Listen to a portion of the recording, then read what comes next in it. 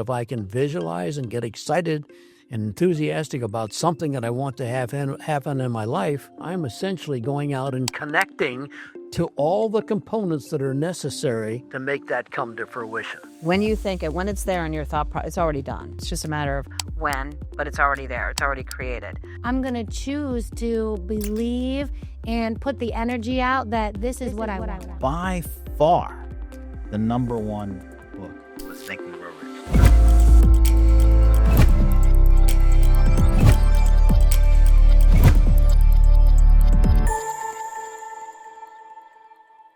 First off, thank you all for being here. This is a Real Producers podcast for South Central PA, actually our second one. So exciting. It is. I'm very excited. And before I introduce everyone, the audience, to you guys, I first want to give a shout out to Neri Creative. These are the folks that were in their studio. They have been by far the best video production people I've been blessed to have their own studio. They give willingly of their classes for our group. So for anyone listening to this, if you want to bolster your video game, your social media game, please reach out to Neri Creative. They've done a great job with this. So thank you guys very much. Thank you. Thank You. Yes, absolutely. So today's topic, which I'm so excited about, the only thing more exciting to me than the topic is the people I'm with. So I'll be to tell you that up front.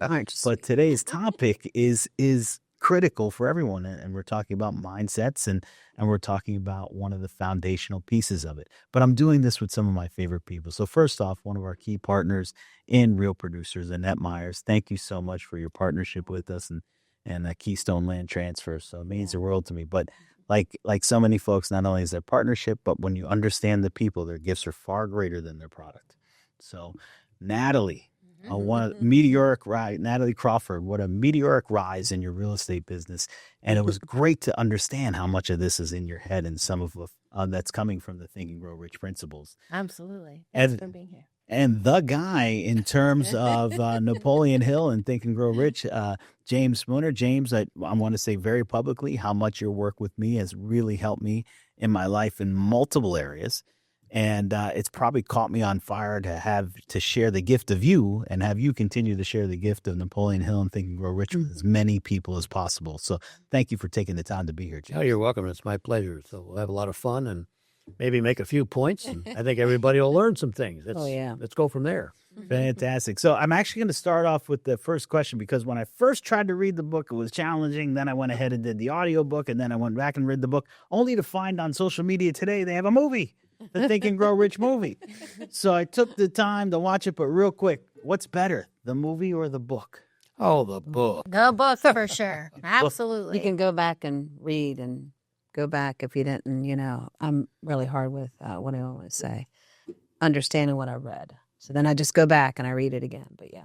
That's true. I got to say, I felt the same way when I looked at that movie. It was inspiring. It was definitely something inspiring, but well short of the immersion it takes in order to really try to practice these principles pretty consistently. And that being said, what does it take to start really being able to use these principles, James? Well, the main thing, I've been doing this. I've been practicing this stuff I'm almost 80 years old. So let's put some time frames. I've been, studying this and using these principles since I was about 18 years old. And what it really takes is a burning desire and a dissatisfaction. Okay. And then the dissatisfaction comes in from the standpoint that, you got to be dissatisfied with something in your life. You're not making enough money. You're not happy, because the principles are universal. It works for anything. He called it Think and Grow Rich because, it was it was in the middle of the Depression. It was written in 1937 is when it was published. And, he wanted people to kind of start to work out, as far as money went, and have a better attitude. But your main thing you have to have is a dissatisfaction of something that's going on in your life. And then what he did, rather than call them chapters, Napoleon Hill, he called them principles.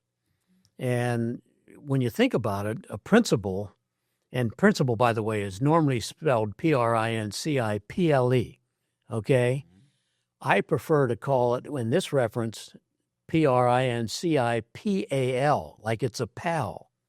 Okay, so that's how I remember these. But anyhow, those principles, and there are 13 of them, And those are your pals. And when you start to have it, like, for example, the first one is to have a desire, a burning desire. And that's the very first one. So you have to have, in order to have a desire, you have to, by definition, you have to look at it and say, well, wait a second, there's something wrong, or there's something that I'm lacking in my life. So consequently, I have to make a decision here. So it's going to be a desire. I want to make more money. I want to be happier. I want to be thinner, whatever it might be. So that's the burning desire. Number one, the burning desire. So similar experience for you, Natalie. Was there a burning desire to help change that made you adopt these kinds of concepts? Yeah, absolutely. I think that for me, being able to calibrate my life and make all aspects come together. So it's not just how are you rich? It's not about the money. It's not about that. It's like, how are you living? How are you breathing every day? Who are you surrounding yourself with? How are you creating a life that really is impactful for you? Like, what are your desires? What are your dreams? It's about the action behind it. And for me, that's really where it came to. Like, when I say I want to be free, what does that mean? That means that I want to be able to choose. I want the freedom to create the life that I want. And that really is about what you were saying, James, action. You have to take action. If you do not have something pushing you to take the action, and most people always have something. So if you really want something different, whatever it is, all you have to do is start. Just start somewhere and don't give up. Don't look back, and focus on the principals. the principal. Well, number 8 principal is persistence. Yep. Okay. And persistence means you just don't quit. Yep. And of course, one of the biggest phrase, Napoleon Hill built this whole philosophy, this whole, everything that he has to say was all based on the idea that whatever the mind can conceive and believe, it can achieve, okay? And that's probably the most important thing that you can pull out of this and all the readings, because if you can conceive of something, there's 3 components to that. If you can conceive it, if you can believe it, you can achieve it. But the most important one is the idea of conceiving. And what he's talking about is being able to imagine, being able to conceive of something that you want to have, whether it's money or a new car or whatever it might be. It doesn't make any difference. And if you can conceive of it and reduce it to a significant clarity, then what you end up with is that you can say to yourself, I already own that. Now, remember, if you're conceiving it, it's in your imagination. But the idea here is, if it's in your imagination, then you already have it. It's not in the future. Mm-hmm. Okay, it is in real time, or in real time, or in quantum time is what we call it. Kind of funny stuff and so forth. But the interesting part of it is you can reach into the future, and then if you believe, okay, that's the believe part of it, that you deserve it, you can bring it into the present. You cannot not bring it into the present. It's so exciting because it just works. Cannot not, almost like principal. Principal. I like it. That's it. And that when it comes to yourself, he talked about having either a dissatisfaction or a strong desire for something. In your own experience and journey, was there a key area where you felt really passionate that helped you down this path?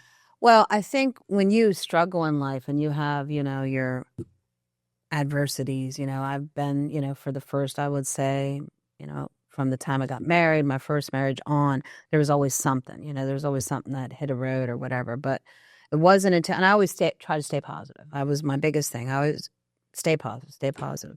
But then, fast forward 25, 30 years later, I meet James, and I had just was thrown into actually doing something with the title company, right? And I had him come in, and he just sort of like, it hones your skills. It makes you believe what you want really can happen. You just have to believe in yourself.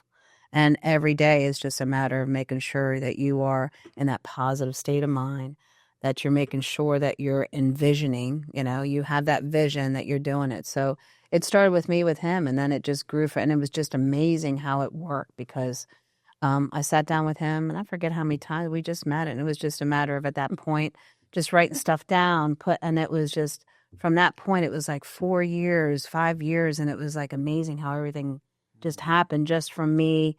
Like, I remember looking out the window of the building that I was in, and looked out this little house that was right next to it, and I said, "But man, I want to go in that house. I want that house." You know what I mean? And my business partners at the time owned it. So it was weird how it worked. We got busy and, busier and busier. And I said, we got to get more space. So then we went and, he said, yeah, well, let's just go in there. So I went in there, and then it was like almost a year later, me and my husband bought it. It was just weird how everything starts. Then the title company's from 1 to now it's 4, another one's on its way. So it's just a matter of the imagination is big. And like James said to me, I was, art major, I'm an artist by trade. But I think because I have that imagination, I just keep on honing that. Like I can visualize it. Like we're building a house. Every day I'm walking through that house. I'm saying, oh, I think I got to put a little plant there, and this is how. So it's just really, it's just neat how it just, and you just sit back and you're like, oh my gosh, you look where it started and where you're at, and it's just amazing. It really, truly is. When you say every day you walk through that house, you're talking about it in my head, right? In my head, visualizing. Yeah. And when you say it's just weird, somebody else may argue that's the manifestation process. Yes. Right. In that aspect. Definitely. Of it.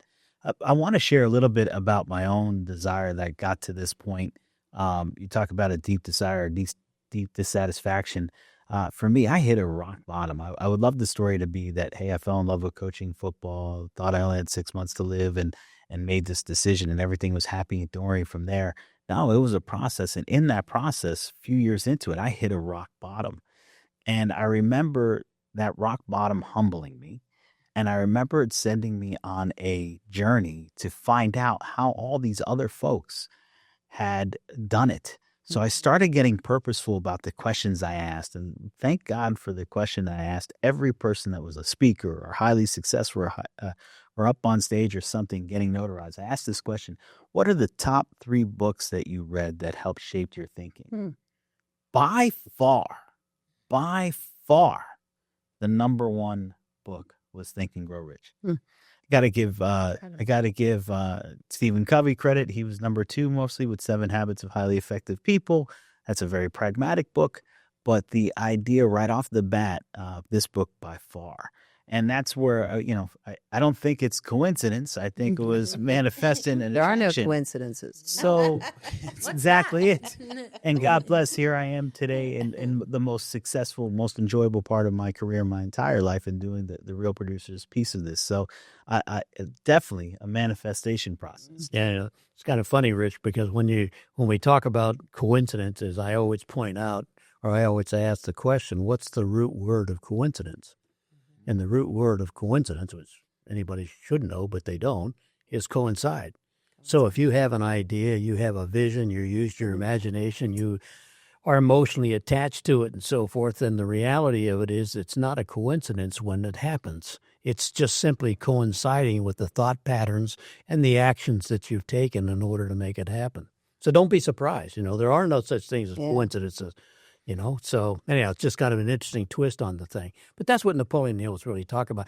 Just as a little bit of a background on this, Hill was a great interpreter of philosophy and so forth that had already been in existence. The reality of this, all of the material, it's biblical, okay? Now, that doesn't mean religion. It just means that it's biblical or spiritual. And that's where he all got it. But he was one of the first people to really take it and condense it into something that made make some sense that could be applied very easily and so forth. And then that's, they've sold over. We're in a necklace, Matthew 11:24. Yeah, there you go. Right. Yeah. So, but anyhow, but there's no coincidences, what I'm telling you. It's all matched up with how you think. That's where the most important, and, we all deal with real estate people, which you are one. So, but I always tell people, to be honest with you, that it's more important for them to work on themselves, meaning their mindset, than it really is even on their skill, okay? I mean, yes, you want to become a skilled, negotiating and all the rest of those things, but it's really more important for them to understand how the mind really works and how creative it really is, which really gets back down to energy. We can kind of play around with the whole conversation about energy, but, thought energy, think about what a thought is. This is Napoleon Hill, because he calls it Think and Go Rich. Yep. Well, what in the world is a think? It's a thought. Well, thought is nothing more than energy. So thought energy is always trying to take on some kind of form. Just think about it. You decide that you're going to go someplace or walk across the room, you have to have a thought, and the next thing that you realize that you're across the room.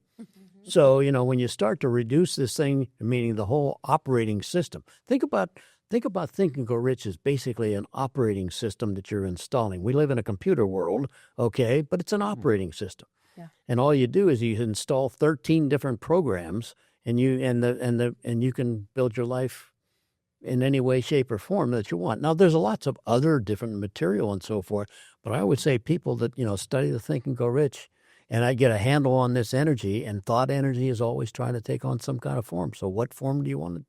What do you want your life to look like? So start thinking about it. Yeah. Half full, Correct. always, right? Absolutely. Absolutely. That's what it has I to can be. give you a crazy example if you want one. I don't want to dominate this whole thing, but I have this crazy thing. In fact, I may have a prop here. Oh.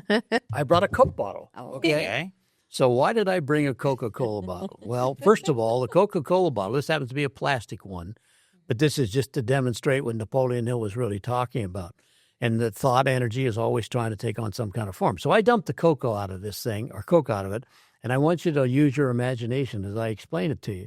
You take this Coke bottle and you fill it up with water, okay? Water in what we're talking about here is really make that thought energy, okay? We can't see it. We can see the water, but we can't see the energy. So we have to put it in some kind of a form that we recognize.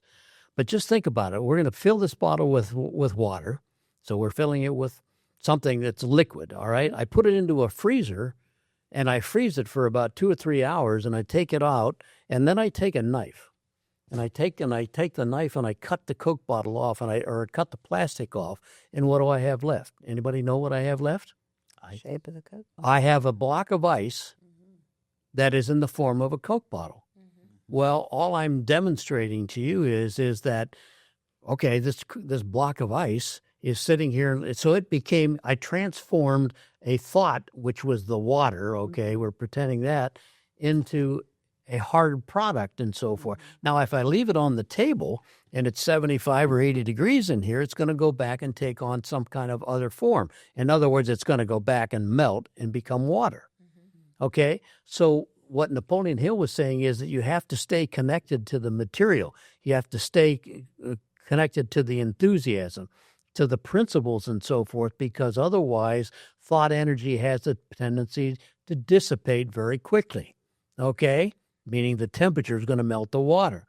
Okay? But the whole point of this little tirade here is that you start to have a different conception about what your thoughts are. Every single thing that you do, if you decide that you're going to move from the living room to the kitchen, it's a thought.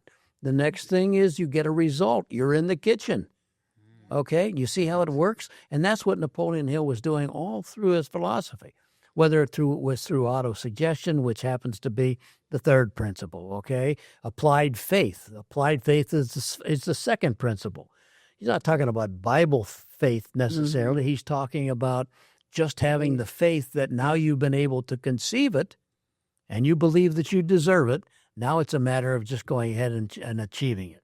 So, first off, there's so much we had here. I just want to recap real quick. Hey, book was written in 1937. It was called Think and Grow Rich, but it really could just be called Think and Grow or something in that aspect of it. At the time, the Depression was many people dealing with money, and the title made a lot of sense and gave a lot of hope there. Now, we know that there's 13 principles, and we'll talk a little bit more about that in a moment. And a key foundation, which is what I want to get to you guys here, a key foundation is this belief that thoughts are energy, right? And that we can go ahead and change that energy into many different states using the principles. Is that kind of a quick summary? Yeah. It goes back to, Einstein. He came up and he said, guess what? If you can understand or at least appreciate energy, vibration, and frequency, you've got everything that you can create. And that's what Napoleon Hill was playing off of. So I didn't, when I read the book and listened to the book, etc., I didn't necessarily process it that clearly, although it makes a lot more succinct. How about yourself? Did you get that from day one, or how did you start changing and seeing some results show up in your life? Yeah, I think for me, I wanted to believe it so hard that I already kind of had this thought process before I read the book. So when I read the book, I was like, oh, stop, wait. When I started to even think about when you were just doing your Coke bottle demonstration, I was just thinking about the fact that we are made of mostly water, energy. And I'm like, if you can really become the person that you imagine with a little bit of hard work, and every time you have a negative thought come across your mind, you make a choice. It's a choice to do all of this, to decide something different and decide a positive, and take that negative thought and put in whatever positive, whatever energy, whatever manifestation that you want. It will work. It will come true. And that half full energy is what it's all about. I don't care if you wake up in the morning and you trip over your dog, you fall and drop your keys, who knows what happens. So many things can happen from the second your eyes open until you're finally out the door for the day to get to where your next mission is. And if you allow those things that become in your way to affect you and your mood, you'll never get where you want in life. But if you choose to be like, this obstacle is just another thing in my path, I'm going to choose to believe and put the energy out that this is what I want. I'm going to create the life. I'm going to create the plan and move in accordance with the energy that I'm going to put towards it. So for me, it was one of those things that the book reiterated what I was doing. And then it made me excited for the future and all the things that I can truly have. I literally actually have goosebumps right now thinking about the future and all the things that I'm going to accomplish. I mean, in just a few short years of professionally doing the things I'm doing now, I'm like, you can't even make it up. So if that's the case and that's the energy, and me personally, I find myself as a really positive person. I try to impact in a positive way. I remember every day is a gift. We woke up today to serve a purpose, and you get to choose what that purpose is. So let your dreams be endless and make them come true. That's my, how I get down. And then having a book to reiterate that and to show you the principles of how to make it happen. I mean, it's all spelled out. Anyone can do it. Remember, it's the action. Now, I know you and I have heard James talk about this transmission tower kind of scenario several times. Okay. And James, I will have you break into that in a moment. But from that aspect of it, have you had any personal experience with that concept of the transmission tower, purposely putting up thoughts and then magically a key piece, it's interesting, a key piece shows up. What about some thoughts along that? Well, I guess for me, it was always when I first started with James, it was I always wanted to do, I've always been that way in life. I'm like, okay, I'm not just going to stay at this position. I'm going to, grow and grow and grow and grow. So for me, it was just funny how with me, when the business, that's when it really, I think, started really sinking with me as far as the power of what you think you can actually achieve it.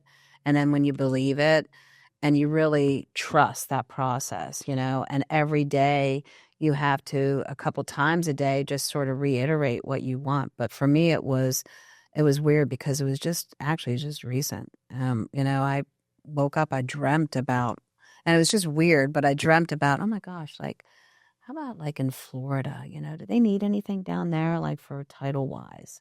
So then I started looking into it. So that is something that right now I'm in the midst of doing, but it was weird how it came to play. And it was just a matter of, it was, because, like James said, when you think it, when it's there in your thought process, it's already done. So that's already done. That title company's already there. It's just a matter of when, but it's already there. It's already created. I'm building a house. And so it was me and my husband spoke about it, but then all of a sudden we found this land. Someone had said, hey, we got land, and we're because at that point in time, you couldn't find land. And we're oh my gosh, because we were looking at another piece and then this piece came up and it was this is really weird. So it's just even small things. I mean, it's just not these big things. It's small things too that happen in a day. Didn't you say the one time you were coming to the office and he's running a little late. I want every green light, to be green. Yeah. And he said, sure enough, it was every green light, And the trick on that one is, there's an old, and it's really the way it works. If you need, you need to practice this stuff. Yes. Okay. So for example, if you're in a hurry and you get the green lights and you want to make sure that you say thank you, okay? Yes, and the reason that you're saying thank you is you're kind of Napoleon Hill's big thing is we're both a broadcasting and receiving station, which just think about it, okay? If thought is nothing more than energy, okay, That means that it's not staying in your head; it's being broadcast out. So I turned all the lights, the green lights, and so forth. But I made sure that I said thank you. The reason you say thank you is because it triggers another mechanism. There's all these little mechanisms that are kind of floating around in the universe and so forth, and it triggers the mechanism that it's called the law of acceptance. Okay, all these different laws. In fact, Napoleon Hill's first work, he actually had a couple of them before that. In 1927, he wrote a correspondence course, and he called it the Law of Success. And that was actually had 16 principles in it, so he cut it down a little bit 10 years later. But anyhow, the Law of Success. So these are laws, but you want to trigger a mechanism, okay? And by saying thank you, what are you saying thank you to, or who are you saying it to? Well, you're saying to infinite intelligence, which is Napoleon Hill's kind of clever way of covering. He didn't want to alienate anybody by really kind of going down the God thing, although we know, look at it. So he called it infinite intelligence. But in other words, it's something, we're a part of something rather than apart from something. Yeah. So anyhow, it's the way it works. So anyhow. So that transmission piece of it, the transmission station, that for me always very illustrated. And I would think that when she says she woke up and the Florida attraction, is that very possibly somebody else's transmission in Florida? Yeah, we're for title support, etc. And now we're both receiving and ascending. Yeah. As a matter of fact, I'm sure that anybody that's listening to this or watching this has had the experience where they know, or where they've thought of somebody, and 5 minutes later the phone rings, or they get an email, or whatever it might be. You don't have to have too many of these things, happen to you, and all of a sudden you start to say, well, wait a second. I haven't thought of that person for a long time. And then you run into them or whatever it might be. That just goes to prove that it's like our telephone, okay? We got our iPhone here or whatever it might be. Just think about what it is. It's a little box that's got a battery in it. But you can push that little box and you can talk to anybody on anywhere on the planet, okay? And all it did was, send out an electrical impulse that bounces around all over the place, and the end result is that you're talking to them. Or you can look up anything that was ever recorded in history and so forth. So you start to look at yourself and say, well, if it's good enough for the phone, I guess maybe I can broadcast, which simply means that if I can visualize and get excited and enthusiastic about something that I want to have happen in my life and bring it down into that visualization, I'm essentially going out and connecting to all the components that are necessary to make that come to fruition. It's that exciting. It's all that vibration. Okay, it's that basically, because what that thing is doing is it has a frequency to it. It has a vibratory level to it. So, and everything has that. I don't care what it is. This table appears to be solid, but it's not. It's a bunch of molecules that all got together, and they all, they appear because we expect it to be solid. Theoretically, I can stick my hand through that. I'm not going to show you how I can do that, by the way. Thank you. Okay, you're right. Nice table. Good to see that. Nice table. Fantastic. So, Natalie and James, this is the part for me when I started to read the book. I was like, whoa, pause button. What? This is a little cray-cray. I used to say that, what am I learning about the force here, etc. Although, when something about hitting rock bottom, that you become open to, that I had enough faith in people telling me the book is for real, and I had enough pain to say, what have I got to lose? So I started to visualize like crazy. And for those of you that are in the same spot when you're hearing this podcast or read the book, etc., and you're saying, wait a minute, there's a little too far reaching for me here. This is what my experience was. It was visualizing my eating, my handling my diabetes. I'm a type 2 diabetic that is handled very much by food. I am a stress eater, and there's times where I've dieted and something would happen, and I'd be three bites into a slice of pizza before my mind says, I probably shouldn't have done that. So I took the time and the steps in the visualization where I took the time to think about, close my eyes, purposely think about, hey, here's the event, here's the stressor, draw a line through it in my mind. This is not how I want to react. This is how I want to react. Instead of going for food, I want to go ahead and go for a walk and do something that. And it took about 2 weeks, about 20, 30 minutes of that purposeful visualization, allowing myself to feel how I wanted to feel in that moment. and react the right way. And it was 2 weeks, and I woke up in the middle of the night with a cold sweat. But I knew at that moment that I broke that habit. It was a dream in that scenario. And to this day, will I still stress eat? Absolutely. But I can tell you back then, it was an unconscious repulse. Now, Sort of, yeah. now it helps me. My mind makes me aware that it is a very conscious piece, and oftentimes I make the right decision. Not every time, I'm not perfect, but oftentimes I do. And I no longer felt like a victim to my emotion, but I've actually conquered that.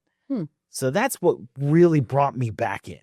Does that make sense? Oh yeah, yeah. That's the way it what works. everyone deals and does this differently according to what their personality is and what their traits are like.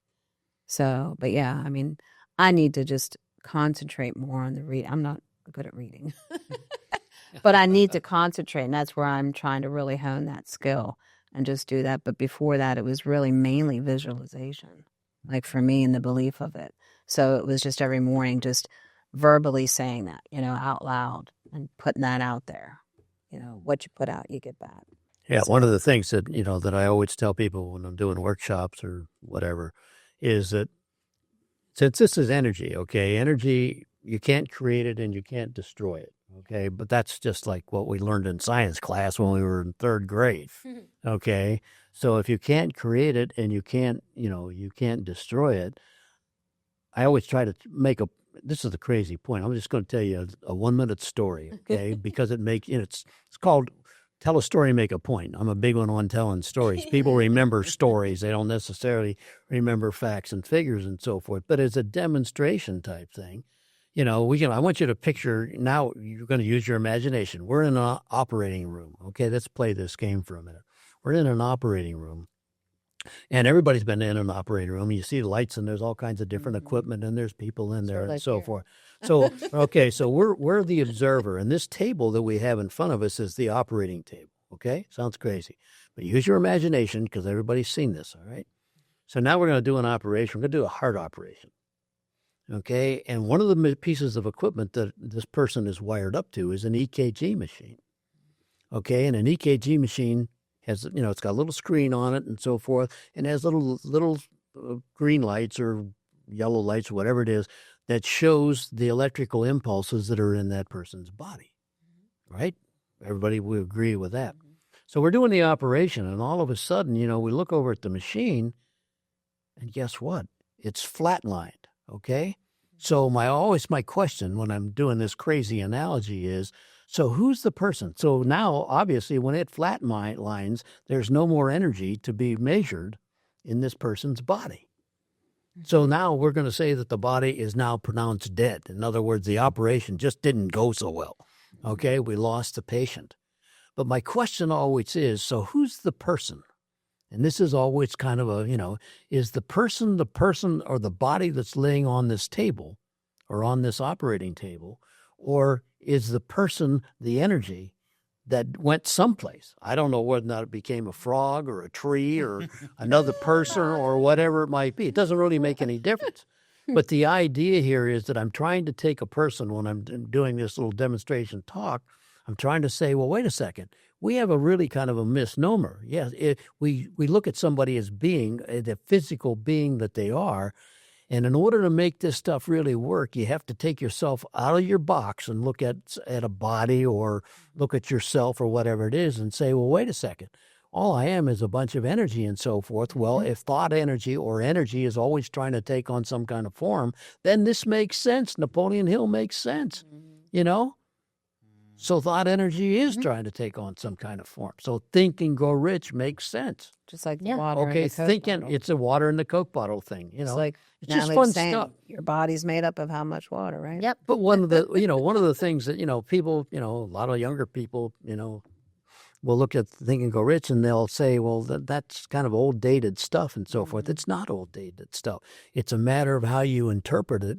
And that's why I tell these crazy stories about operating tables and Coca-Cola bottles and, and all the rest of this stuff. Frogs. But turning into frogs. But I'm trying to get people to start to say, well, wait a second.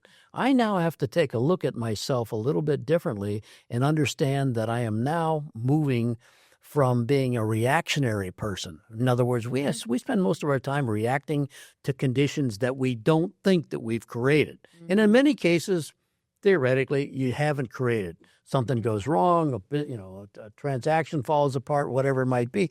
But we have a tendency to spend most of our time reacting to other things. And so if it's 80-20, and that's the way the world runs, it's 20%, creating and 80% reacting. But you have the ability to reverse that and say, well, wait a second. If I am a creative thinker, meaning I'm basically directing my images and my energy and all the rest of the stuff. We're not talking about jump up and down energy here. Then why not flip it? And it's just a matter of the decision. You're going to go from 80%, you're going to go to 80% creative and 20% reactionary. And at least then if you do that, now you're creating situations literally out of thin air. And then you actually have the privilege of reacting to the 20% that you created out of the 80%. Sounds like a bunch of doublespeak, but it's not. And one of the things that you that you mentioned a little while ago, Rich, is that everybody knows what Star Wars was, the movies and so forth. What do you think Roddenberry was talking about when he said, "The Force be with you"? Okay, That's true. He's talking about the Force. We are a part of something. Something created everything, including us. So, that's where I get the whole business. And Napoleon Hill was talking about it. You got to get through your head that you're a part of something rather than apart from something. And guess what?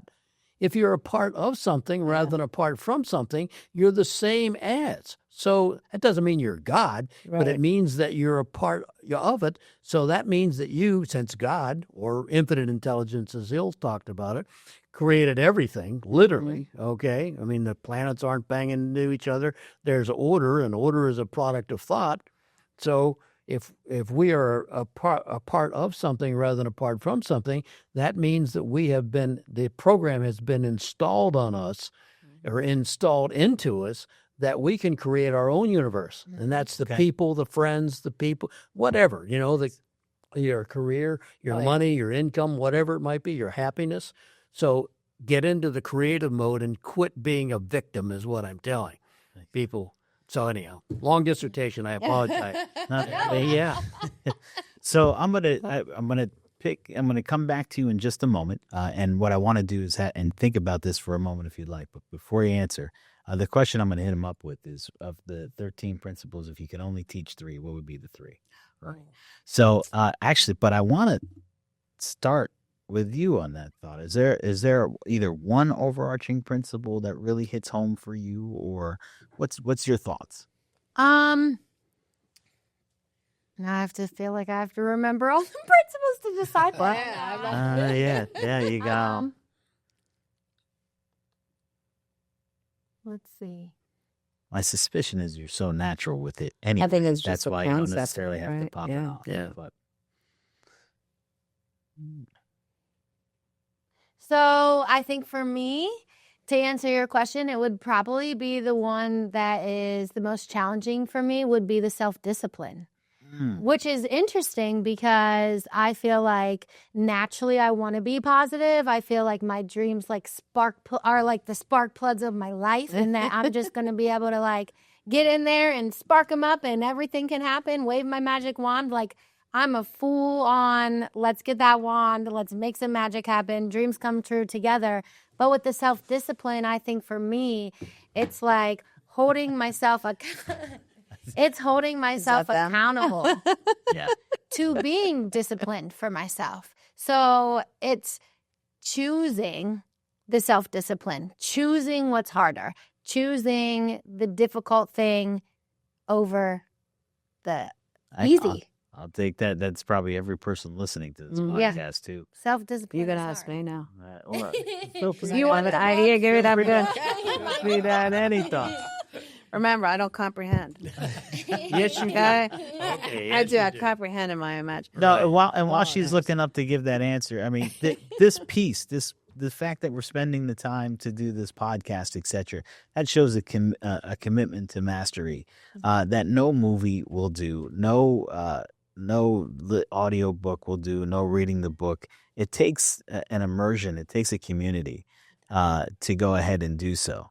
And, I appreciate you guys investing the time of with course. me and et cetera. Because if I wasn't having these conversations with folks or going to events or different small group settings for this, it would be so much harder for me to be self-disciplined in practicing these principles. And I sure as heck wouldn't be here if I didn't practice these principles. I think the more you surround yourself with people that have the same mind, like the concept, I think it helps you even grow more because you're hearing something from someone that, oh, I didn't think that, or giving you tools to keep on growing that, that craft and that skill. Sounds like the principle of mastermind is what you're buying into. Well, but I looked here. I cheated. For me, it's imagination. It's always been imagination. I'm able to imagine anything. I think too, if I wanted to paint a painting, I can imagine this is where I want to put it. So it sort of helps. It's like I'm painting my future, painting my life. I have it in my head. It's on canvas. Now I'm just going to really hone it and it's going to happen. Annette, let me ask you a question. Yeah. When does the painting or the picture become real? When you think about it. Yeah. Everybody else is going to say, well, when it's done, when does a building, when does an architect, when does a building become real? Okay. And most people say when I walk in the front door and get the keys. No, that's a second, it became real when somebody imagined it. So, it's the old thing, let your imagination be a preview of coming attractions. Yeah. Because it really, and it's an old thing about Tesla, for example, Nikola Tesla, not Elon Musk and so forth. Tesla used to be able to design all of his magical patents and so forth in his mind, and he would work out all the details so that when he finally built the thing, put it on paper and built it, whatever it was, a dynamo or whatever it was, it worked perfectly. Yeah. So that goes to, just that's one example. In my particular case, the more that I saw something and the more that you become emotionally attached to it and the more that you think that you deserve it and so forth. Yeah. Basically, it's already been created. It's a matter of doing what's necessary in order to make it happen. And it's not that difficult a lot of times, Well, it's because you're there. vibrating at the right frequency. Exactly. It all goes back to energy, vibration, and frequency. It's just the way it works. So, yeah. So you got just 3 of the 13 principles that you need to instill, and I'm holding you to that. No, it's all the 13, but just what are the 3 that you need to that we need to have really locked down as we continue to learn about the rest? Okay, the first one that I go for is desire, which is the first principle. Okay, he calls it a burning desire or a definite chief aim. All right. So you got to have an idea of what it is that you want. You can have lots and lots of different things, but that's the first one. Okay. The second thing, the second principle is applied faith, which happens to be the second principle. Okay. Number 2. And that's because now with applied faith, that you have the capacity to be able to create it. In other words, you're not going to give up. Okay. And then probably the third one that I would pick, and believe this or not, Napoleon Hill felt that pleasing personality, was really an important one. Yeah. And that is that if you have a pleasing personality, basically people like you, people are willing to help you, okay? You can communicate your idea and so forth, and the pleasing personality is what makes things happen. So, it's kind of like you let your personality determine your personal reality. Yeah. Okay, think about that. And your personality, okay, so I'm going to say that again. Let your your personality determine your personal reality. And your personality is made up of how you think, how you act, and how you feel. And so a lot of this conversation, one of the things, it's not one of the principles, but it's one of the concepts that goes with a principle. It's the emotional attachment, okay? Meaning the enthusiasm or whatever it might be. If I was enthusiastic about having a Bentley auto or having a nice car. My first car when I was 18, because my grandmother used to brainwash me and tell me that you can do and have anything, that I want from the time that I was 5 years old and so forth. I watched a television show, and guy was driving around in a Rolls Royce, and my first car when I was 18 years old was a 1949 Bentley. It wasn't a new one and so forth. I only tell you the story because I always thought, I'm not going to settle for second best. So, and you just go in, and anybody that's sitting at this table, anybody that's in this room, anybody that's listening to this or watching this, just has to remember that they just have to be able to get enthusiastic about it, and they have to take ownership of it as if it already exists. And in the world of quantum realities, it already does. I find too, exist. don't you find too that you have to, when you have negative people in your life, you have to sort of slowly exit them out. Right, you do. But it's a very because it does bring you down. Right. Any thought you would give them, what do they always say? Don't share your thoughts to someone that is going to beat it down, because then you're going to start putting that doubt in your own head about what you want. Right, which because means someone's going to, okay, what, you're really going to do that? That's stupid. Yeah, one of the things. Maybe I shouldn't. Yeah. Excuse me. One of the things that I always tell people when we start down the path of this, which is a different way of thinking, let's say what it is, and having an understanding of it, you're going to find that you're not going to be comfortable with some of the friends or the acquaintances that you've had before, which is exactly what you're saying.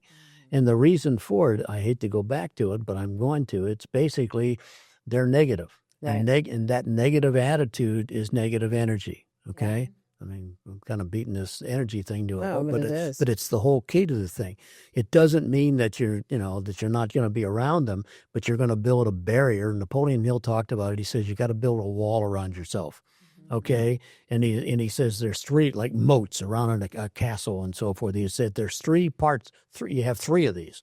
One of them you're gonna, somebody might get over that one, and you're gonna let them in. Mm-hmm. The second one you're gonna be a little more selective as to who you let in, and the third one nobody gets in. Right. Okay, nobody gets in because that person is basically a disruptive. They're an interference pattern, is what I call it, and so forth. We used to call in the office the cancer cell in the office. There's always one person that would bring everyone down. Right. And it was like, Right. And we've all had that happen. Oh, yeah. I mean, how many times you've been in a social environment, and everybody's having a good time, and Aunt Sally walks in, and everybody knows that she's a negative Aunt Sally, okay? And all of a sudden, the whole energy of the room changes. So what's this all about? So in other words, it just goes to prove about, room isn't vibrating quite the same way. Yes. I have a question for you all, actually. I just want to know because I felt like this my whole life. So for me, me finding out about the book after the fact and me thinking like this my whole life and knowing that like anything is possible essentially, but I just didn't know like the principles of how to make it all work. I'm really wondering if you guys experience the same things that I do as far as like negativity coming to you a lot more often. People coming to you more often. Like I always say, I rebuke the devil in the name of Jesus Christ so many times a day, because I swear when you're living and you're winning and you have you're gonna have life, that, yes, the way that you want it to be, I feel like you're more attacked than any other time. It's like there's the ocean and you're the one person and all the sharks are near you because they want to attack your negative energy. I mean your positive energy and the negativity. So I'm wondering if you guys experience the same thing, because it's tough for my soul, for my life, for everything. It's hard when I feel like sometimes you're being attacked in the closest ways around you. Oh, yeah. What's your thought? I'll ask you a question, Natalie. Let me ask you. Since that seems to be a predominant attitude that you have, what you just explained to us, did you ever think that because that predominant attitude has the ability to attract rather than repel? So basically, and you got to remember that the subconscious mind, the inner mind that basically runs everything, makes our blood cells, does everything, from a bodily standpoint and so forth, it doesn't understand the word not. So you don't want those to happen, but essentially, since it doesn't understand the word not or can't or don't or any of those types of things, it just bypasses that and it says, bring them on. So you're getting the negative things. It's an interesting way of thinking, but it's actually what's going on. You're saying, no, I'm not criticizing by any means, but you're saying you're recognizing that they come, but I'm telling you the law of attraction works for anything. Okay, Got to be You're careful what you say. Or You got think. you actually have to start to monitor your That's why you got to thoughts. keep the negative out. Right. And when you start to monitor your thought, not driving yourself crazy, Right. but you start to monitor your thoughts, you start to change your language, you start to change your thinking. You don't have the can'ts, and you never say, I can't, okay? Can't is a very harsh sounding word. It is. Okay? Or don't, or any of those types of things. I can and I will. That's Those it. are the type of things. And another, I always tell people, crazy, like with the semantics and so forth, use, if you choose, okay, you're going to choose. Well, just think about the vibration. How does that sound? Since sound is nothing but vibration. If I choose, it's a much softer sound than can't or don't. You see how it works? Yeah. I always say, look, today's going to be a great day. Yeah. This week's going to be wonderful, even before it starts. And you don't even have to So, believe yeah. it. No, That's the nice you part. just That's put it out there, and affirmations. it's going to happen. Yeah, yeah. Hill has a number 3 principle, and the thing is called autosuggestion. Okay, and autosuggestion is repeating over and over and over again, because the subconscious mind, the inner mind, it's very important. Okay, it's the thing that basically runs everything that we are. The subconscious mind, it can't tell the difference between right and wrong. So if you're running down the path of positive affirmations and positive expectancy and all those types of things, basically you are basically programming. And Hill says that the subconscious is the connection to infinite intelligence. Okay, and in the world of computers, since I've already talked about these principles as being like programs. Okay, if you have a nice computer, it's a nice iPad or an Dell or whatever it might be, and you want to have it print or do Photoshop, that thing is not going to work unless you install Photoshop. Think about that. Yeah. So if we're talking about basic operating systems as being these 13 principles, okay, and you start to work with them and connect them and start to connect the dots, guess what? You become that very creative individual that we're talking about. And even when you have to react to things, which in the real world we do, okay, you're going to be reacting in a different way. You're being able a couple of times a day. Yeah, being able to say it, speak to react I do. and create. So I'm sorry. Before, no, we're good. Easy. We're going to have to start to wind this down, but a couple quick points, and then I'm going to ask for some final thoughts here. First off, Neri Creative, is a Photoshop still a good program, or should we think it? Multimedia. Okay, gotcha. So we got that clear for this face. Secondly, just in case my Aunt Sally's watching, she is a very positive person. I love you, Aunt Sally. Thank you so much. So let's go ahead and let's, in the interest of time, I want to wrap up with your final thoughts, and then I want to put a cherry on the back of this. So when people listen to this podcast and they should be feeling inspired to do more, what do you want them to leave with and take that inspiration? What do you want them to do with it? I think you just really need to believe what you're actually seeing and wanting. Like everyone, like you're just going to, you might have a thought, hey, I'm going to do this. Believe it, achieve it every day, focus on it. Don't let anybody, throw a wrench in it or whatever you want to call it. But I think you really have to really start standing on your laurels and just saying, you know what, I can do this.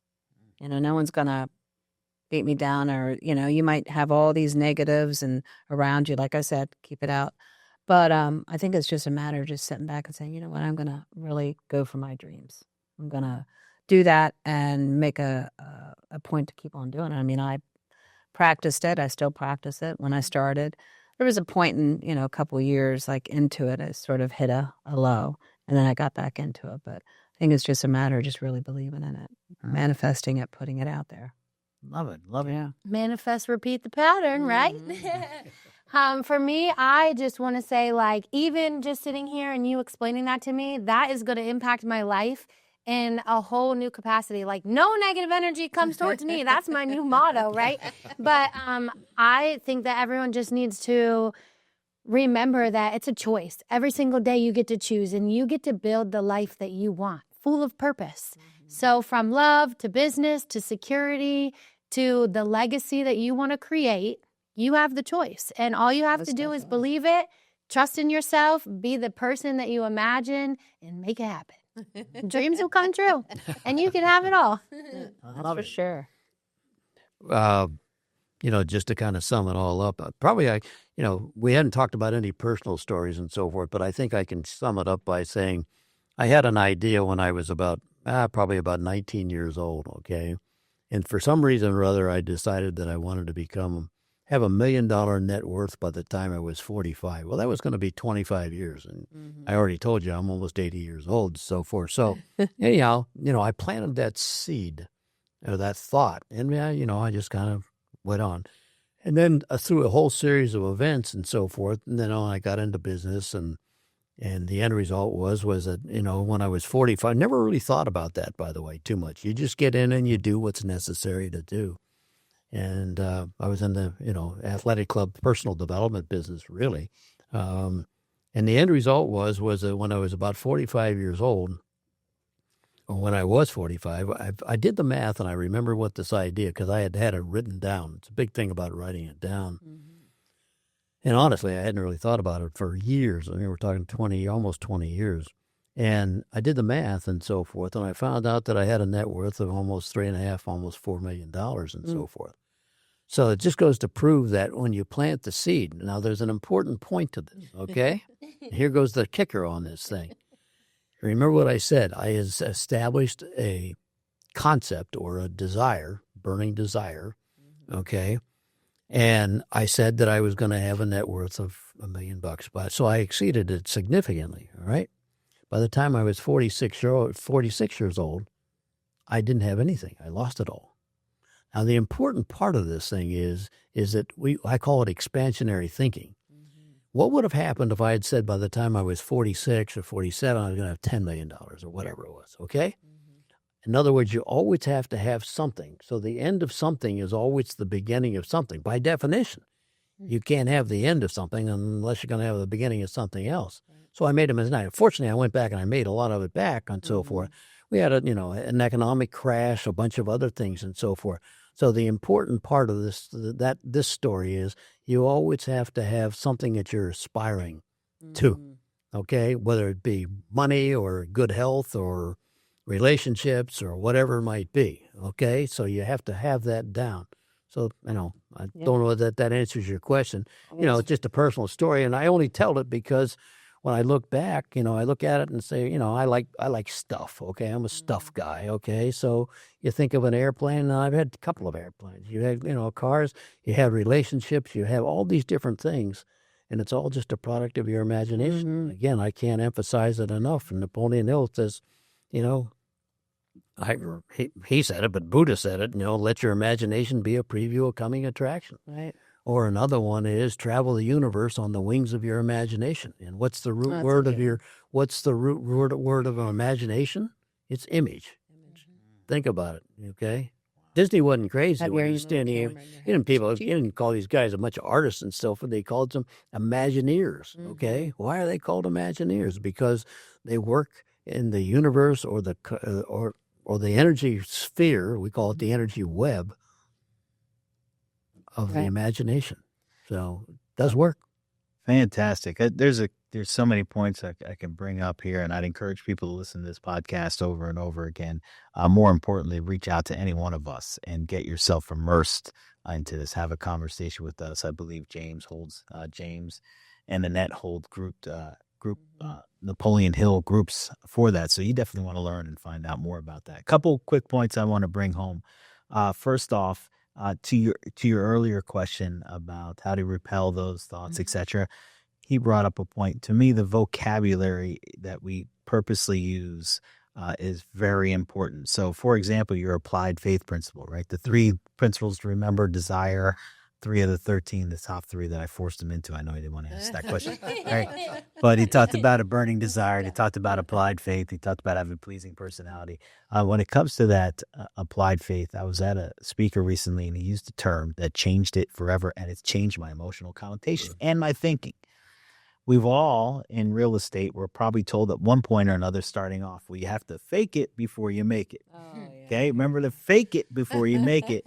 And to me, that always felt, that meant, act like you're highly successful, even though your income account might be negative at the moment, and et cetera. And that's any entrepreneur. Then when you pop up, well, a speaker used the term faith it before you make it. Oh, that's a neat one. And that term for applied faith really has stuck with me and changed it. So I want people, if you can change that one thing, because faith is, I already have it. I believe it's here.